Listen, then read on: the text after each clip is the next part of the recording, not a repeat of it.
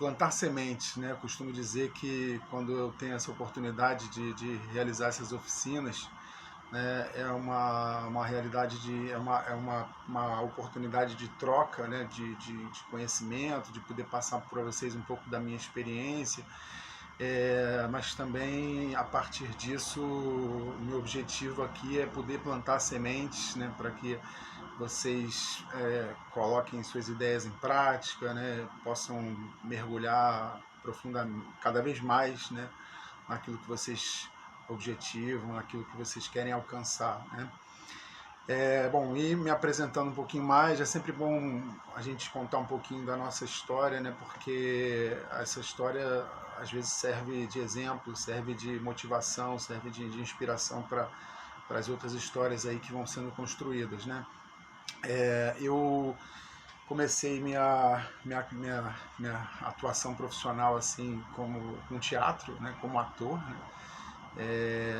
E até que um dia, quando eu fui fazer faculdade, primeiramente eu fiz publicidade de nível técnico, né? Eu fiz a graduação técnica escolar em publicidade, fui para a faculdade fazendo publicidade também, mas no meio do caminho eu acabei mudando para jornalismo, que me atraiu mais, foi um universo bastante interessante e aí eu debrucei sobre os bastidores, né? Eu estudei numa faculdade que era a Estácio de Sá e que tinha na época uma boa estrutura, né? A gente tinha um canal de televisão dentro do laboratório de comunicação, então a gente tinha vários monitores de TV espalhados pelo campus e nesse laboratório a gente tinha oportunidade de produzir um telejornal diário e ao vivo. Todo dia, às 6 da tarde, a gente entrava no ar com um telejornal todo feito por alunos. E quem estudava publicidade fazia os comerciais, fazia campanhas, né, use camisinha, campanha de fumo, campanha de agasalho, enfim, fazia campanhas institucionais que entravam no meio da programação, né, e além desse telejornal, que a gente saía de dia para produzir matérias com o equipamento da faculdade, com o carro da faculdade e tal, chegava dentro do laboratório, editava a matéria e 6 horas estava no ar. Havia um rodízio de apresentadores, cada dia um aluno apresentava, então a gente pôde, todo mundo experienciar várias funções ali. E sem dúvida nenhuma foi uma baita escola. E também, além desse telejornal diário, a gente fazia outros programas, né? Eu mesmo fiz na ocasião um programa sobre cinema chamado Moviola, e ter feito esse programa acabou me trazendo uma oportunidade de trabalho, né? Hoje eu trabalho há 25 anos com o Marco Altberg, que é um produtor, né, bastante conhecido, né, uma trajetória maravilhosa, que me conheceu nessa ocasião da faculdade, quando ele, numa oportunidade, foi lá dar uma palestra, gravar também um programa que ele fazia na época e depois continuou fazendo, né, o Revista do Cinema Brasileiro. E eu mostrei para ele a fita, era uma fita VHS ainda, né? Mostrei para ele a minha VHS desse programa Moviola, ele gostou e aí me chamou para trabalhar com ele. Então, eu costumo dizer que, assim, apesar de haver essa estrutura ali na faculdade que nos possibilitou, né, exercitar, né, e, enfim, ter essa prática toda, né, eu costumo dizer que quem faz a faculdade, quem faz a instituição é o aluno, né? Porque era a nossa motivação, nossa vontade de aprender, de usar a estrutura que a gente tinha à nossa disposição, que fez com que a gente cada vez mais ousasse. Então a gente produziu muitos conteúdos, eu produzi também um curta-metragem na época da faculdade.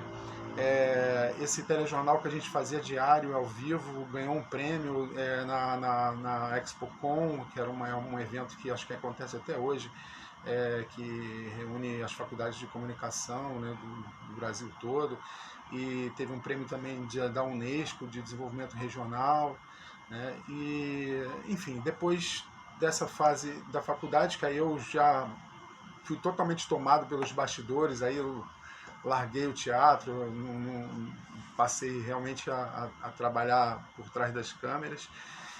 E aí eu fui trabalhar na Indiana Produções, onde eu fazia o Revista do Cinema Brasileiro, um programa que ficou 22 anos no ar, né?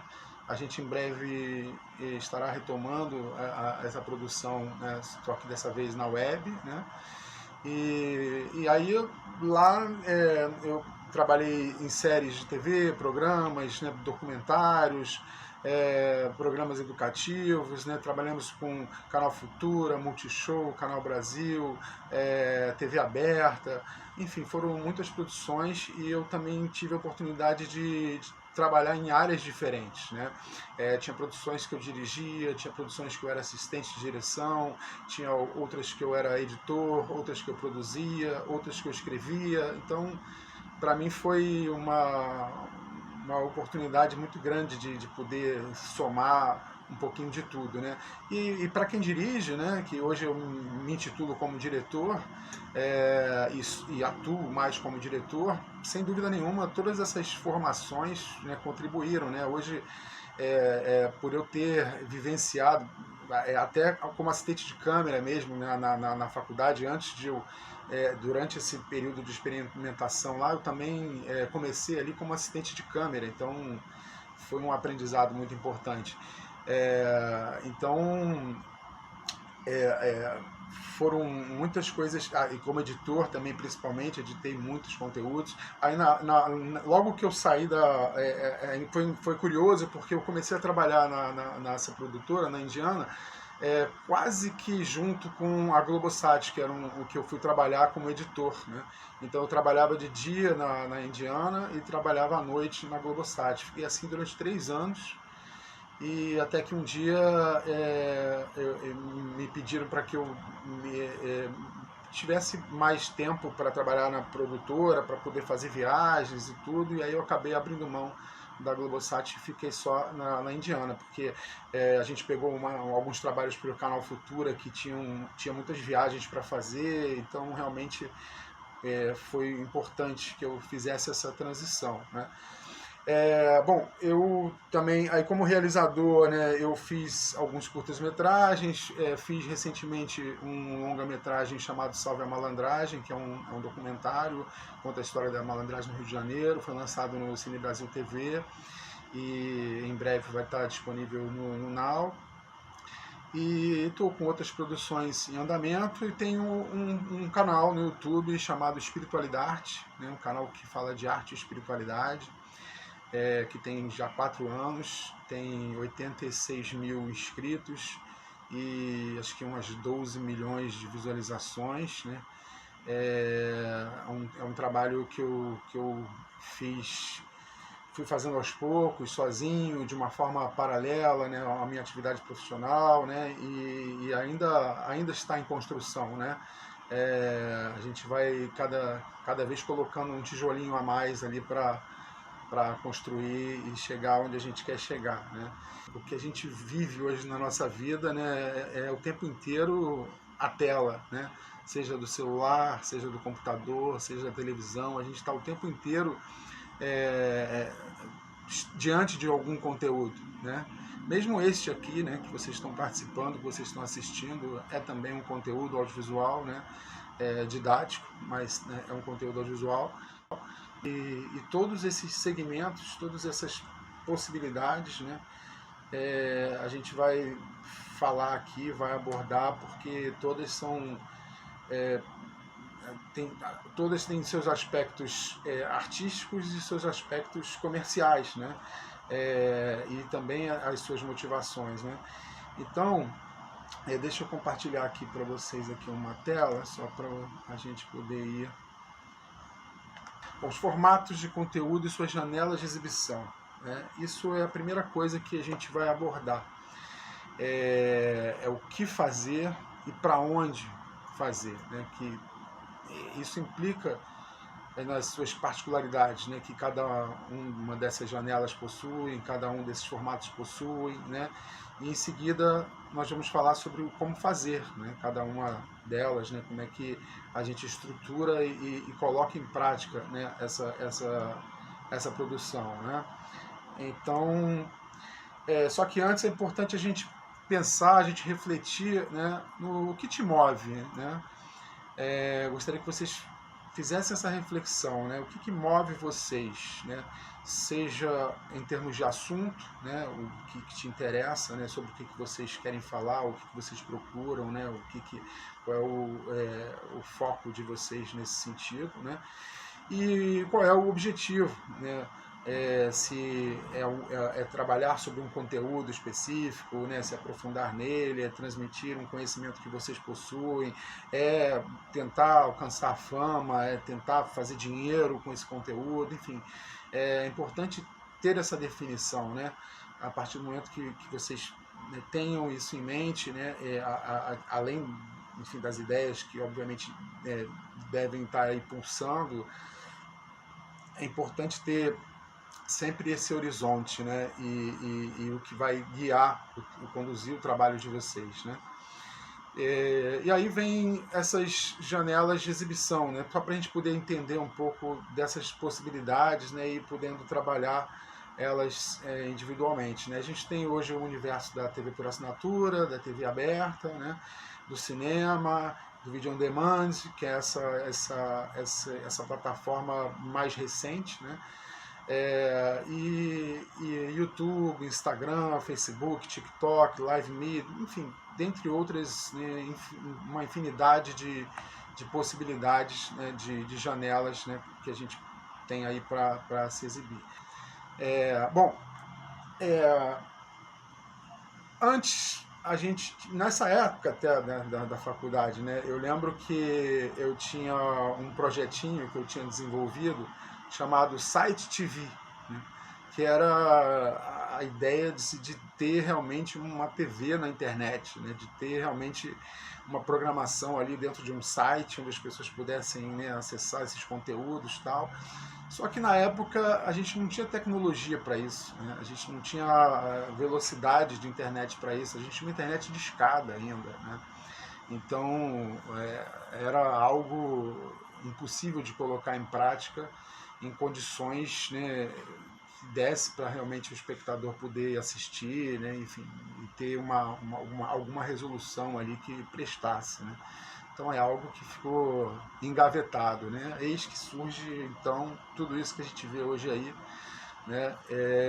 Então a gente está falando de um universo que tomou uma proporção enorme, né? Ganhou uma amplitude enorme em poucos anos, né? O audiovisual é a expressão da vez, né?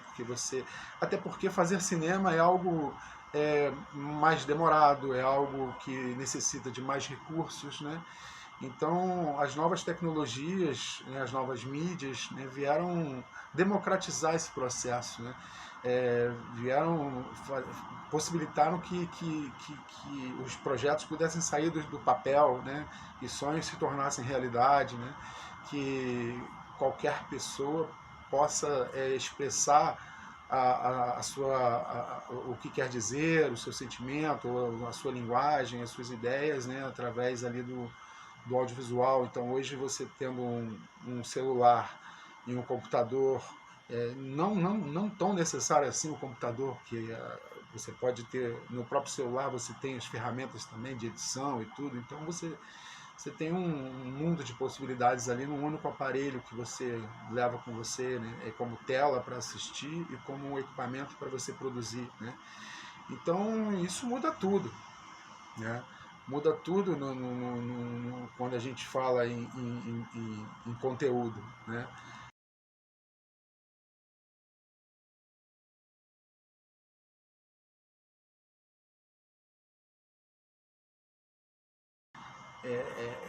Essa ferramenta que a gente tem do celular, né? Ela nos permite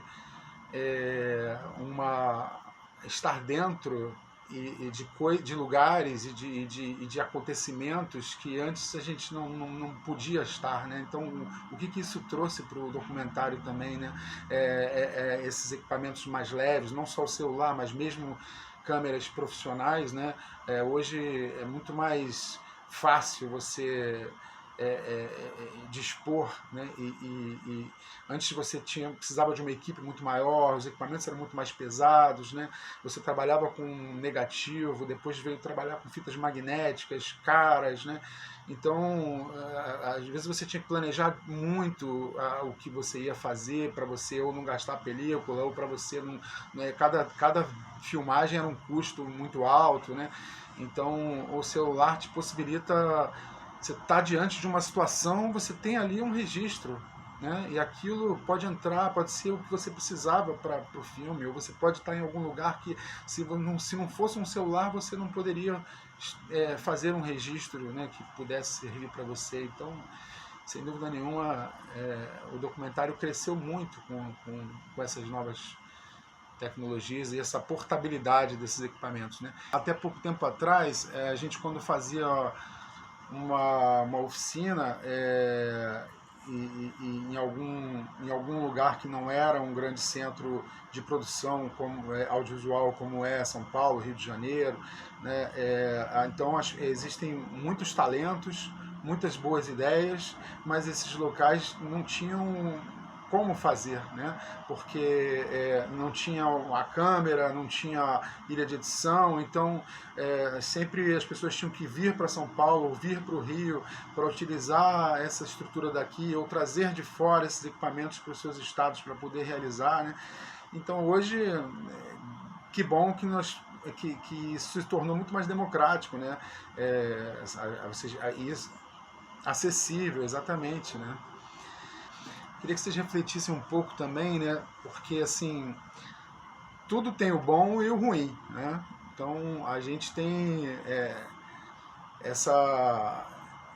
esse saldo positivo, né, de que essa democratização do acesso aos meios de produção, às novas tecnologias, né, essas facilidades, né, que nós temos hoje, né, é muito bom, né? E por outro lado, a gente tem uma enxurrada de conteúdos diversos, né?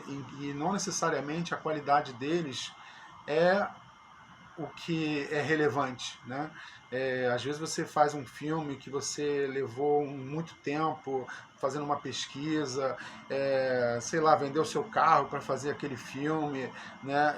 E ele tem todo um cuidado estético, todo um capricho, e você joga lá na web e ele vai ter uma visualização muito inferior ao que de repente o cara fez ali na casa dele, uma besteira, sem se preocupar com a qualidade da imagem, do som, da luz, mas aquilo de repente tem milhões de acessos e aí faz um, depois faz outro, e daqui a pouco o cara, né, tá com milhões de inscritos e vivendo disso, né? Então a gente tem esse paradoxo, tem essa dualidade, né?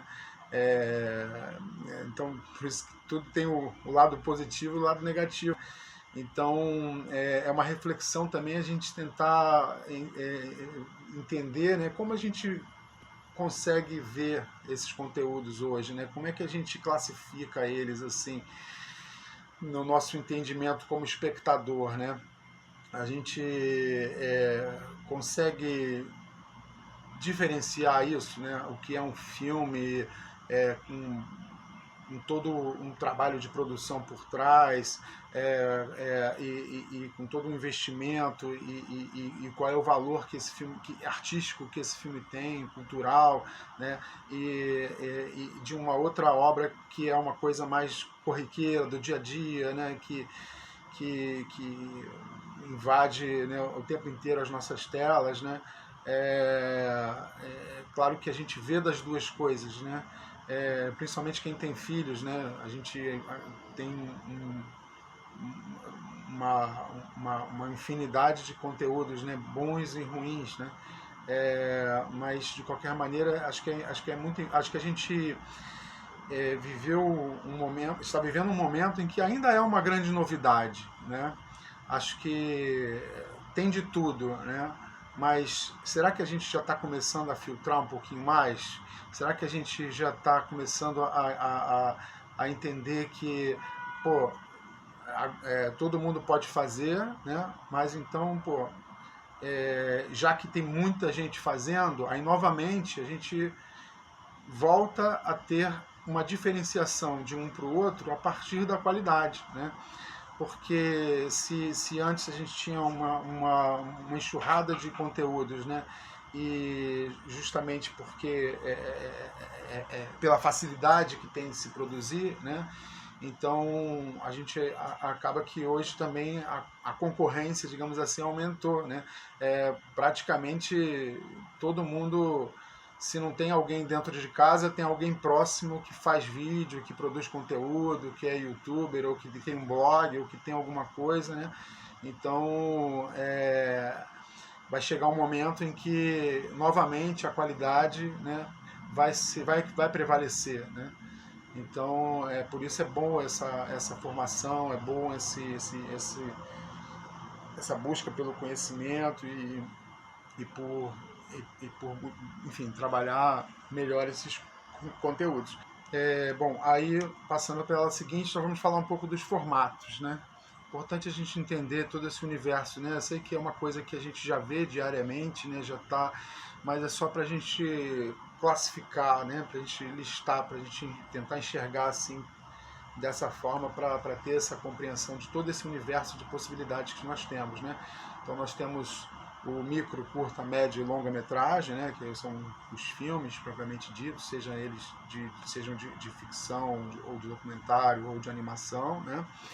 Nós temos as séries, né, que também podem ser ficcionais ou de dramaturgia, né, ou de documental, telefilme, clipe, institucional, publicidade, vlogs, vídeos educativos, videoaulas, mais recentemente a live, né, que foi algo que cresceu bastante em razão, né, dessa pandemia, né, se tornou um formato consolidado, né?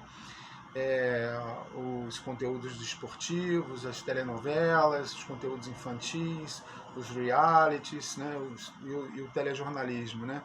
Então esses são os formatos, né, predominantes aí que a gente convive com eles, seja na televisão, seja na internet, seja no cinema, né? É importante a gente identificá-los, né, para entender também o que a gente quer, né? Quais que a gente entende como sendo o formato que a gente quer seguir, quer produzir, e isso não significa que você tenha, né, que optar, né, porque o audiovisual é múltiplo mesmo, né? Uma hora você está fazendo um clipe, outra hora você está fazendo uma publicidade, outra hora você está fazendo uma live, outra hora você está fazendo um filme, né? Então, mas é importante a gente entender que para cada formato, né, cada formato tem as suas particularidades, tem as suas, o seu universo de coisas, né, relacionadas a eles, né? E no caso aí dos gêneros, né, ficção, documentário, animação, né, a gente tem aí ação, aventura, comédia, o drama infantil, faroeste, fantasia, ficção científica, musical, guerra, policial, romance, suspense, épico, terror, trash, experimental e tantos outros, né, que existem, né? Então eu queria até propor para vocês que vocês pensem, que vocês bolem um vídeo onde vocês estão abordando vocês mesmos, né? Vocês são um instrumento desse exercício, né? Quem sou, onde estou, o que eu vejo, o que eu penso, o que eu quero, por que eu quero e o que é preciso, né, para conseguir o que eu quero, né, ou dentro desse pensamento que você está trazendo, né? Então, acho que vocês podem escolher um desses formatos que a gente falou nessa tela anterior, né? Dentro de um desses formatos que vocês escolherem, vocês vão fazer esse roteirinho, né, de como é que seria esse clipe, ou como é que seria essa publicidade de vocês mesmos, ou como é que seria esse curta, ou como é que seria, enfim, o vlog, ou qualquer um desses formatos, qual você escolheria para fazer, contar sobre você mesmo, né, buscando responder essas questões, né?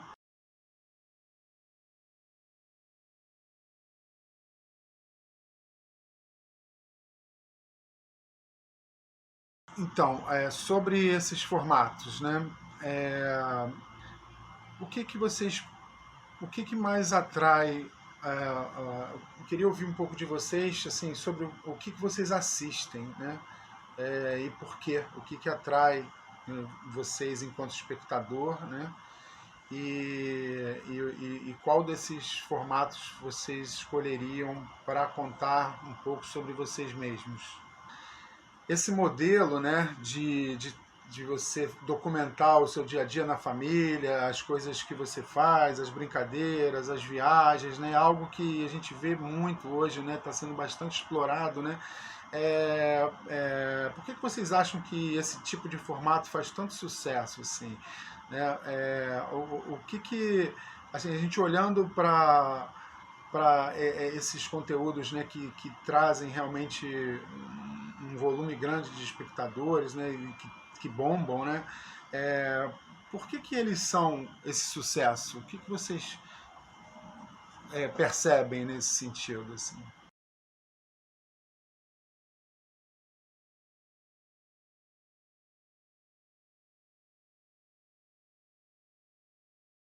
A gente tem essa mesma situação no universo ficcional, né? Que até que são com as telenovelas, principalmente, porque é aquilo que está diariamente nas casas das pessoas, né? E hoje a gente tem esse outro fenômeno, né? Que não é o ficcional, né? É o real, mas também é o real até certo ponto. A gente não sabe até que ponto aquele real só acontece daquela forma quando se está gravando, né? E quando não está gravando, né? A gente não sabe o que acontece, né?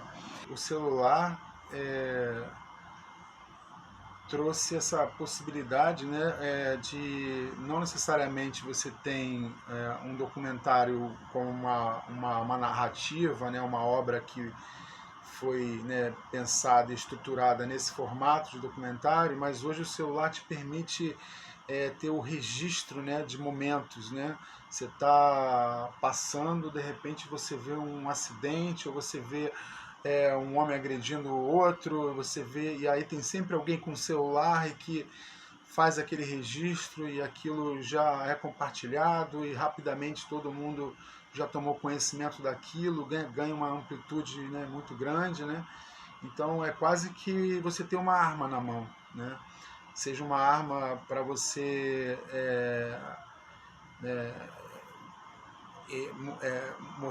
impedir algo até, né? Muitas vezes com aquele telefone, por simples fato de você ligar e ele está registrando aquela situação, você pode